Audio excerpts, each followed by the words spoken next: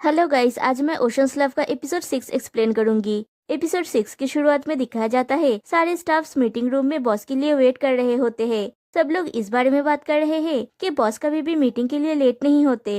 हेंग मो से पूछता है, हमें क्या करना चाहिए? मेरे रिजेक्ट करने के बाद वो जरूर सदमे में होंगे। सब लोग बात करने में बिजी होते हैं, उतने में बॉस आ जाते हैं। हेंग पूछता है, आप कब आए? बॉस कहते हैं, बस अभी अभी। मैंने देखा कि तुम लोग बात करने में बिजी हो तो मैंने इंटरप्ट नहीं किया। और डील के बारे में, इलोन हमारे साथ कॉन्ट्रैक्ट साइन करने के लिए राजी है। मतलब हम सबको ईयर एंडिंग बोनस मिलेगा। फिर कहते हैं, मैं जिस कारण से आज लेट हूँ वो है, मुझे जापान के हेड ऑफिस से कॉल आया था। मुझे वहाँ 1 वीक ट्रेनिंग के लिए जाना होगा। मैं चाहता हूँ कि तुम लोग टीम का ध्यान रखो। टेन कहता है, हम लोग टीम का अच्छे से टेक केयर करेंगे।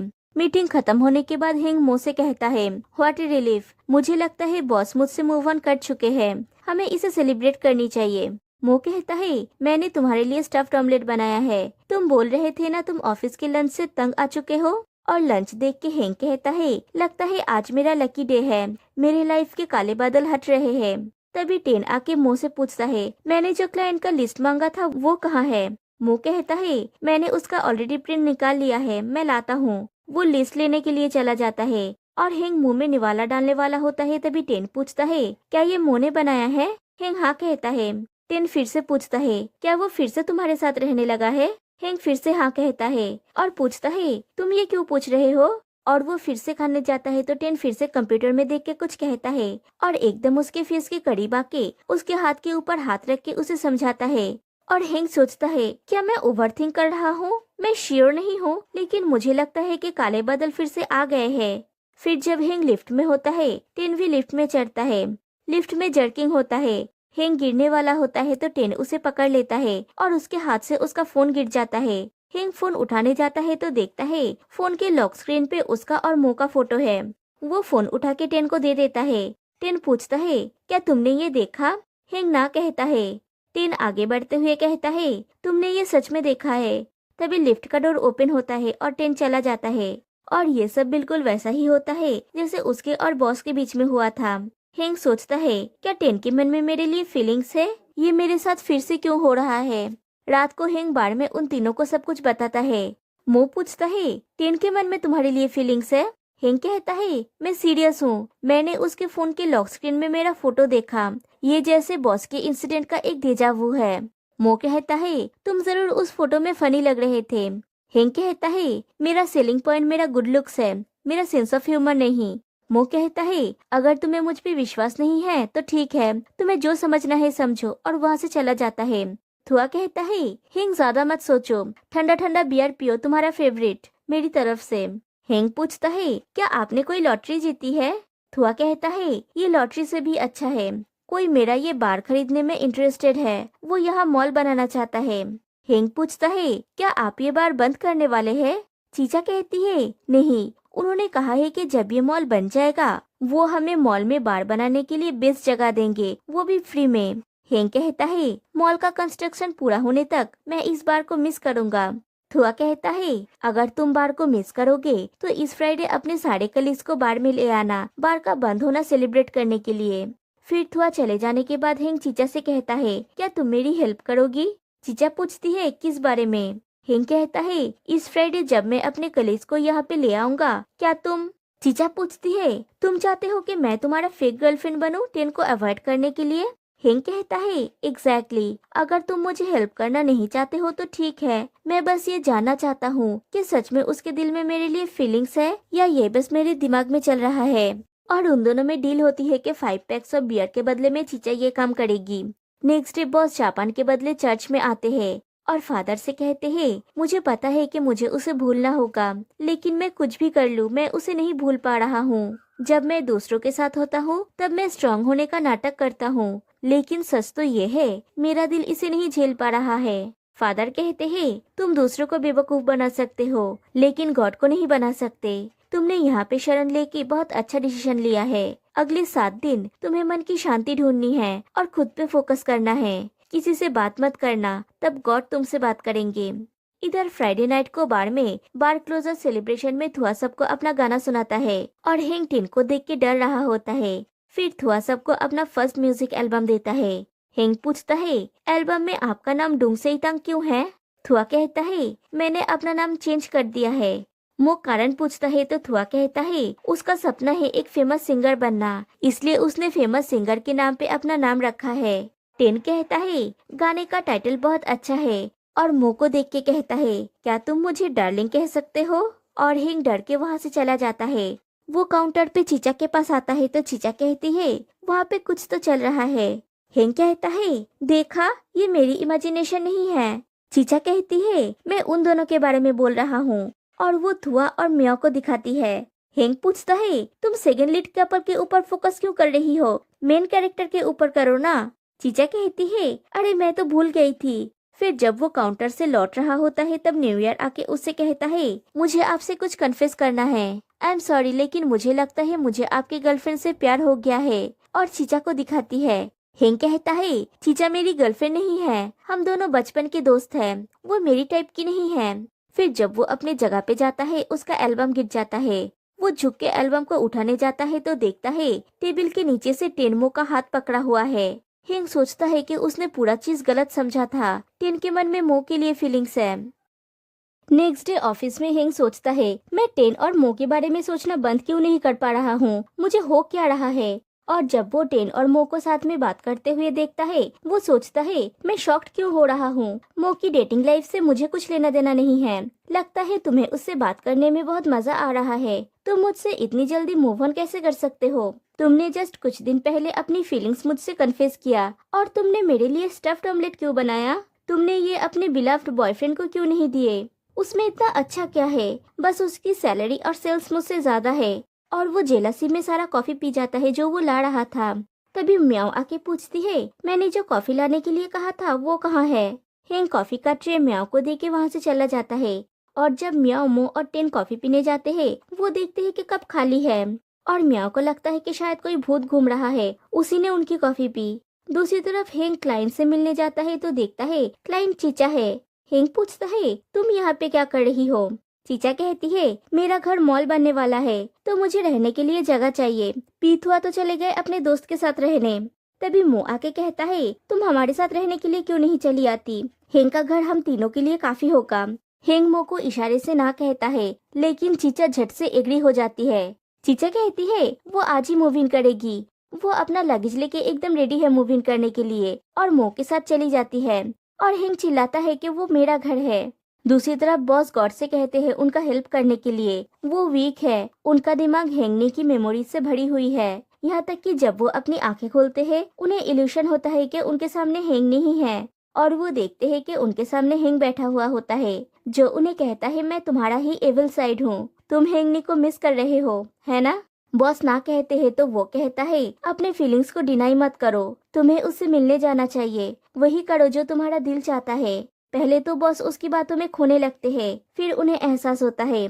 वो गॉड से माफी मांगता है और जाने लगता है। तभी कोई उन्हें रोकता है। बॉस मुड़ते हैं तो वो खुद को ही देखते हैं। वो कहते हैं, अपनी इच्छा के आगे झुकना मत, मैं तुम्हारा एंजल साइड हूँ, मुझे पता है कि तुम ये कर सकते हो, वापस जाके फिर से चोट मत खाओ। लेकिन बॉस का एविल साइड कहता है, उसकी बात मत सुनो, तुम्हें जाना चाहिए, और उनका एंजल साइड जाने के लिए मना करता है। वो दोनों को देखता है और परेशान होकर रूम से बाहर चला जाता है। रात को हेंग के घर पे तीनों साथ में डिनर कर रहे होते हैं। चीचा खाने की तारीफ करती है और कहती है, इतना डिलीशियस खाना हर रोज हेंग कैसे डिजर्व कर सकता है। और मो से पूछती है, क्या तुम मेरा बॉयफ्रेंड बनोगे? हेंग कहता है, मो शायद तुम्हारे लिए अवेलेबल नहीं है, वो इन दिनों बहुत पॉपुलर है। मो पूछता है, तुम किस बारे में बोल रहे हो? हेंग कहता है, कुछ नहीं। फिर चीचा से कहता है, मैंने तुम्हारे लिए काउच में ब्लैंकेट और पिलो रख दिया है। चीचा कहती है, तुम वहाँ पे सो, क्योंकि मैं तुम्हारे रूम में सोने वाली हूँ। हेंग ना कहता है, लेकिन चीचा उसे इग्नोर करके वहाँ से चली जाती है। हेंग मो से कहता है चीचा से जाके बात करने के लिए, क्योंकि वो उसे यहाँ पे रहने के लिए कहा था। लेकिन मो भी बहाना बना के वहाँ से चले जाने लगता है। तभी हेंग पूछता है, तुम्हें नहीं लगता कि तुम्हें मुझे तुम्हारे रूम में सोने के लिए ऑफर करनी चाहिए? मो कहता है, तो फिर अपना डिनर खत्म करो और आ जाओ, और चला जाता है। सोने के टाइम पे हेंग जमीन पे बिस्तर लगाते हुए कहता है, मुझे अपने ही घर में जमीन पे सोने की नौबत कैसे आ गई? ये तुम्हारी गलती है मो, तुमने चीचा को हमारे साथ रहने के लिए कहा था। मो कहता है, मैंने वही कहा जो तुम्हें कहना चाहिए था। हेंग कहता है, अच्छा तो तुमने ये इसलिए नहीं कहा क्योंकि तुम यहाँ से जाना चाहते हो, इसलिए तुम मेरे लिए एक नया हाउसमेट ढूंढना चाहते हो। मो पूछता है, हेंग तुम इन दिनों इतनी अजीब कमेंट्स क्यों पास कर रहे हो, क्या तुम मुझसे गुस्सा हो? हेंग पूछता है, तुम्हें क्या लगता है, क्या तुमने ऐसा कुछ किया है जिससे मैं नाराज हूँ? मो पूछता है, तुम्हें पता है? हेंग कहता है, हाँ मुझे सब कुछ पता है, मुझे बताओ, मैं तुम पे गुस्सा नहीं करूँगा। मो कहता है, मुझसे तुम्हारा मिस्टर सटनवर्ल्ड टूट गया है, वो मुझसे गलती से टूट गया है।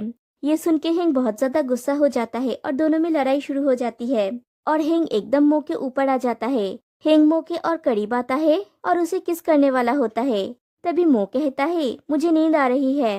हेंग कहता है, मुझे भी, और वो हट जाता है और मो के चेहरे पे एक शाई सी स्माइल होती है। फिर दोनों सो जाते हैं। नेक्स्ट डे मॉर्निंग जब बॉस नींद से जागते हैं, वो देखते हैं कि कोई नहीं है। उन्हें लगता है कि वो सब उनका इल्यूशन था। तभी कोई पूछता है, तुम मुझे मिस कर रहे हो? वो देखते हैं कि उनका डेविल साइड उनके सामने है। वो खुद से ही कहते हैं, ये इल्यूशन है। उनका एविल साइड कहता है, हालांकि मैं रियल नहीं हूँ, फिर भी मैं तुम्हें अपने साथ सब कुछ करने दूंगा। अच्छा लड़का बन के क्या पालोगे? क्या तुम हेंगनी को चखना नहीं चाहते? और वो धीरे धीरे बॉस का हाथ अपने प्राइवेट पार्ट की तरफ ले जा रहा है। तभी बॉस का एंजल साइड आके उन्हें रोकता है और स्ट्रांग रहने के लिए कहता है और बॉस रूम से बाहर चले जाते हैं। दूसरी तरफ हेंग देखता है कि मो ने बहुत सारा ब्रेकफास्ट बनाया है। हेंग के पूछने पर चीचा कहती है कि उसने मो से कहा है इतना सारा खाना बनाने के लिए क्योंकि उसने थुआ और उसके फ्रेंड्स को इनवाइट किया है। हेंग कहता है, किसी को इनवाइट करने से पहले तुम्हें मुझसे पूछना चाहिए था क्योंकि मैं घर का ओनर हूँ। फिर वो लोग खाना खा रहे होते हैं। तभी थुआ मुंह लटका के घर में एंटर करता है। थुआ रोने लगता है तो वो लोग परेशान हो जाते हैं और रोने का कारण पूछते हैं। थुआ कहता है, मैंने आज पड़ोसियों से बात किया, उन्होंने कहा कि आसपास कोई मॉल नहीं बनने वाला है। मेरे साथ स्कैम हुआ है, वो लोग स्कैम करके मेरा बार फ्री में ले लिया। फिर कहता है, उन्होंने प्रॉमिस किया था कि मॉल का बेस्ट स्पॉट मुझे देंगे, मैं इसे 20 साल तक फ्री में यूज कर सकता हूँ, लेकिन उसने मॉल कंस्ट्रक्शन प्लान कॉन्ट्रैक्ट में इंक्लूड नहीं किया। मुझे ये पता नहीं था और मैंने कॉन्ट्रैक्ट ऑलरेडी साइन कर दिया है। चीचा पूछती है, इसका मतलब आप हमारा घर और बार उनको फ्री में दे दिए? थुआ हाँ कहता है। चीचा बहुत ज्यादा गुस्सा हो जाती है और थुआ का कॉलर पकड़ के कहती है, मैंने आपसे कहा था ना कि साइन करने से पहले कॉन्ट्रैक्ट को अच्छी तरह से पढ़ लेना। हेंग जाके चीचा को पकड़ता है। थुआ हाथ जोड़ के माफी मांगता है और चीचा कहती है उसे घर वापस चाहिए। हेंग और मो मिलकर सिचुएशन को शांत करने की कोशिश करते हैं। मो थुआ से पूछता है, क्या आपके पास वो कॉन्ट्रैक्ट है? शायद हम आपकी कोई हेल्प कर सके। थुआ हाँ कहता है और मो को वो कॉन्ट्रैक्ट दिखाता है। मो कॉन्ट्रैक्ट देखता है और इस बीच हेंग चीचा को पकड़ के रखता है ताकि वो थुआ को मारे मत। मो ये नोटिस करता है कि कैसे हेंग चीचा को संभाल रहा है। फिर ऑफिस में मो टेन से इस प्रॉब्लम के बारे में बात करता है। टेन कहता है, ये कॉन्ट्रैक्ट पढ़ने के बाद तुम्हारा केस जीतने की कोई उम्मीद नहीं है। यहाँ पे मॉल कंस्ट्रक्शन प्लान के बारे में कुछ भी नहीं लिखा है। मो पूछता है, क्या हम कुछ कर सकते हैं? टेन कहता है, बस एक रास्ता है, तुम्हें एविडेंस ढूंढना होगा ये प्रूफ करने के लिए कि उन्होंने मॉल के बारे में प्रॉमिस किया था। मो कहता है, ओके मैं समझ गया, थैंक यू। तभी वहाँ पे हेंग आता है कॉफी बनाने के लिए। हेंग को सुना के टेन कहता है, मो तुम कितने काइंड हो, तुम बस हेंग की ही नहीं उसके फ्रेंड की भी हेल्प कर रहे हो, तुम थक गए होगे। मो कहता है, ये कोई बड़ी बात नहीं है। टेन कहता है, अगर उसकी जगह पे मैं होता तो मैं तुम्हें इतनी मुश्किलों का सामना नहीं करने देता। मो कहता है, मेरे लिए चिंता करने के लिए थैंक यू। हेंग खुद से कहता है, अरे ये कॉफी ग्रेन्यूल्स डिसॉल्व होने में इतना टाइम क्यों लग रहा है, कब ये पीने के लिए रेडी होगा। दूसरी तरफ बॉस अपने रूम में एंटर करते हैं तो देखते हैं उनका एंजल साइड उनका एविल साइड के एकदम पास है। उनका एंजल साइड पूछता है, तुमने डोर पे नॉक क्यों नहीं किया? बॉस पूछते हैं, ये सब क्या चल रहा है? उनका एंजल साइड कहता है, तुम इतनी देर के लिए क्यों चले गए थे? क्या तुम भूल गए मैं तुम्हारा ही एक पार्ट हूँ? ऑफ कोर्स मैं हेंगनी को देख के डगमगाऊंगा। बॉस कहते हैं, लेकिन तुम्हें पता है कि आखिर में क्या होगा, हेंग तुम्हें छोड़ के चला जाएगा। उनका एंजल साइड कहता है, नहीं ये नहीं हो सकता, हेंगनी मुझे यहाँ से ले चलो। और वो दोनों वहाँ से चले जाते हैं। रात को हेंग थुआ के प्रॉब्लम सॉल्व करने के लिए रिसर्च कर रहा होता है और मो दूर से उसे देख रहा होता है। चीचा 2 कप कॉफी लेके हेंग के पास आता है और मो उन दोनों को देख के वहाँ से चला जाता है। हेंग कहता है, इस कंपनी ने बहुत सारे लोगों के साथ स्कैम किया है, थुआनग उनका फर्स्ट विक्टिम नहीं है। चीचा ध्यान से हेंग को ही देख रहा होता है तो हेंग पूछता है, क्या देख रही हो? चीचा पूछती है, क्या तुम वही हेंग हो जिसे मैं जानती हूँ? जहाँ तक मुझे याद है तुम बुली होने के बाद रोते हुए मेरे पास आते थे हेल्प मांगने के लिए। हेंग पूछता है, क्या तुम वर्बली मुझे बुली कर रहे हो? मैं तुम्हारी हेल्प कर रहा हूँ। चीचा कहती है, हाँ थैंक यू। हेंग कहता है, तुम्हें थैंक्स बोलने की जरूरत नहीं है। अगर मैं कोई सबूत नहीं ढूंढ पाया तो तुम मेरा रूम कभी भी वापस नहीं करोगी। चीचा पूछती है, क्या मैं ऐसा कर सकती हूँ? हेंग कहता है, एब्सोल्युटली नॉट। अगर तुम्हें नींद आ रही है तो जाके सो जाओ, मेरा टाइम बर्बाद मत करो, नहीं तो मैं इसे फिनिश नहीं कर पाऊंगा। दूसरी तरफ रात को बॉस सो रहे होते हैं। उनका एंजल साइड आके कहता है, तुम सही थे। बॉस पूछते हैं, क्या हुआ? उनका एंजल साइड कहता है, वो मुझे छोड़ के चला गया। बॉस कहते हैं, हम दोनों को ही पता था ये ऐसे ही खत्म होगा। उनका एंजल साइड पूछता है, क्या ये इसलिए क्योंकि मैं एंजल हूँ? उसने मुझसे कहा कि वो मुझे एक एंजल की नजर से देखता है और वो दोनों साथ में कहते हैं, लेकिन वो मुझसे प्यार नहीं करता। बॉस का एंजल साइड कहता है, मैंने क्या गलती किया है? मुझसे कोई भी प्यार नहीं करता, सब मुझे छोड़ के चले जाते हैं। बॉस कहते हैं, मैं प्रॉमिस करता हूँ मैं तुम्हें कभी भी अकेला फील करने नहीं दूंगा। I love you. और गले लगते हैं। वो खुद को ही हक किए हुए होते हैं और उनका जैसे एक नया जन्म होता है। नेक्स्ट डे मॉर्निंग वो ऑफिस निकलते वक्त देखता है हेंग और चीचा वहीं पे सो गए थे।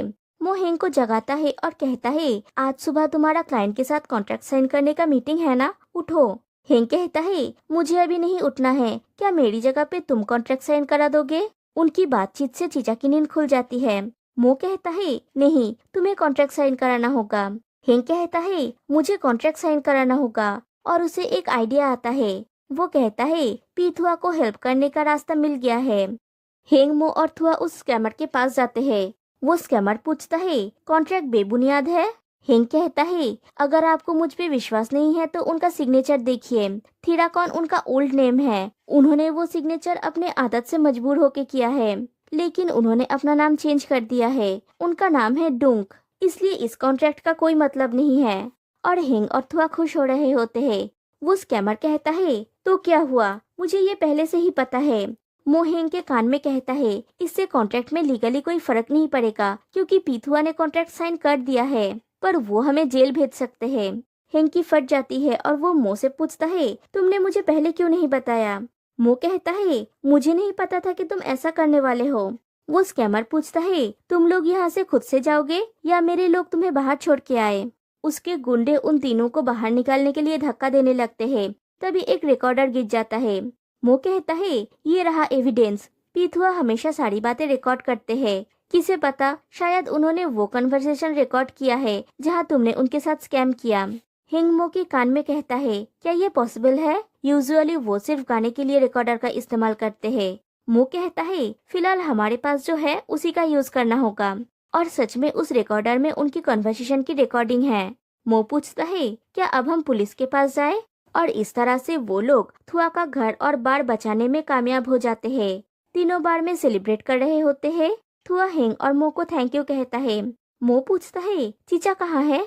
हेंग कहता है, राइट, मैंने उसे बाहर जाते हुए देखा, मैं देख के आता हूँ। और वो बाहर जाता है। चीचा बाहर बैठ के बियर पी रही थी। हेंग उसके पास जाके बैठता है और पूछता है, तुम इतना खुश हो कि तुम रो रही हो? चीचा कहती है, नॉनसेंस, कौन रो रहा है? हेंग कहता है, चीचा, चाहे तुम खुश हो या परेशान, तुम अपनी बात कह सकते हो, तुम्हें कूल बनने की जरूरत नहीं है। चीचा कहती है, मैं क्यों रोऊंगी, ये बार मेरे भाई का है, मेरा नहीं। हेंग कहता है, मुझे पता है तुम इस बार से कितना प्यार करती हो, टेबल से लेके टूथपिक तक सब तुमने चूज किया है। चीचा कहती है, वो इसलिए क्योंकि मेरे भाई का टेस्ट घटिया है। हेंग कहता है, मुझे याद है जब ये बार ओपन हुआ था, तुम उन्हें सपोर्ट करने के लिए मुझे हायर किया था, उनका खाना खाने के लिए। चीचा कहती है, और तुमने कितनी सारी डिशेस ऑर्डर की थी, कितना ज्यादा बिल आया था? हेंग कहता है, जब हम ग्रेजुएट हुए थे हमने यहाँ पे सेलिब्रेट किया था। हमने यहाँ पे तुम्हारा बर्थडे, मेरा बर्थडे, मेरा फर्स्ट बिजनेस डील, सब कुछ सेलिब्रेट किया। और वो लोग इस बार से जुड़े अपने यादों को रिकॉल करते हैं। और हेंग इमोशनल हो जाता है और रोने लगता है। चीचा कहती है, अब तुम ठीक लग रहे हो, ऐसा सोचते हैं कि तुम मेरे बिहाफ में रो रहे हो। और दोनों एक दूसरे को हक करके रोने लगते हैं। और मुंह बाहर आके उन्हें वैसे देखते हैं। घर जाके वो अपना सामान पैक कर रहा होता है और हेंग और चीचा के बारे में सोचता है। वो अपना सामान लेके जा रहा होता है, तभी हेंग उसे देख लेता है और पूछता है, तुम कहाँ जा रहे हो? मो कहता है, कहीं नहीं, मैं आज रात कहीं और बिताने वाला हूँ, मुझे बस थोड़ी सी चेंजेस चाहिए। हेंग पूछता है, क्या तुम टेन के घर पे रात बिताने वाले हो? मैंने तुम दोनों को देखा था बार में चुपके से एक दूसरे का हाथ पकड़े हुए, तुम उसे डेट कर रहे हो, है ना?